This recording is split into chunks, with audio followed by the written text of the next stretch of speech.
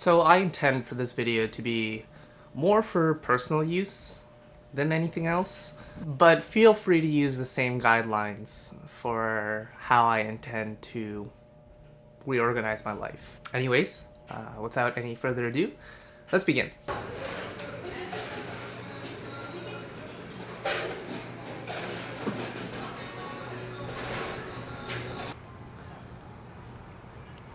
So number one is pretty simple. It's don't forget to eat. I can't tell you how many times I've been annoyed or frustrated or really tired. I don't even realize that I'm just hungry, as crazy as that is. So yeah, number one is make sure you get enough to eat. Make sure you're eating right. You know what the most dangerous emotion is? At least in my opinion. It's hunger.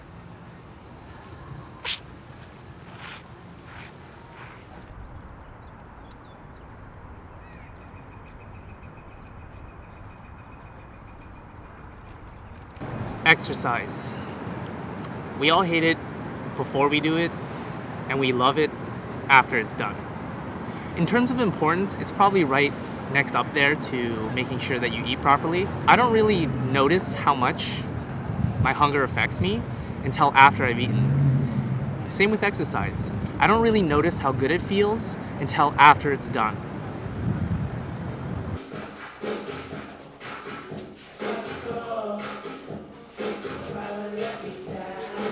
Rewarding yourself isn't just the act of letting yourself do something that you enjoy. There needs to be a mental connection between the object or the actual reward in itself and whatever it is that you did to deserve that reward.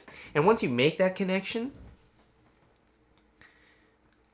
the habit, the work, the task, the chore, or whatever it is that you rewarded yourself for, it becomes a lot easier to do in the future. Also, it's important to note that if you're rewarding yourself, make sure that you reward yourself properly.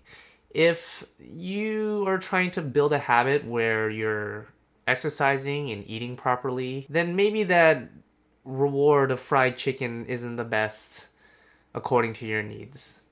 My reward today was I bought myself some clothes, and I also bought myself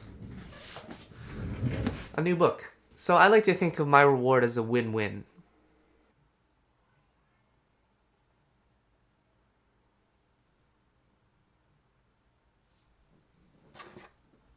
I have a very negative bias towards phones and phone usage in general. I think that when I was growing up, my phone affected me in a lot of ways that weren't really positive. And I didn't really understand the impact and the damage that it did until years after. I've come to understand how powerful a tool a phone can be, but I've also come to understand how dangerous this little screen can be for just affecting how I think. The more attention and focus that I give to this little piece of machinery, the more I lose in other parts of my life. And if you don't believe me, next time you're on the bus, next time you're in public, take a look around you and look at how many people are on their phones. Especially on the bus. If you're on the bus, if you look at the end of the day, if you're on the bus commuting home from work at the end of the day, everyone has their mind shut off. Everyone is on their phone.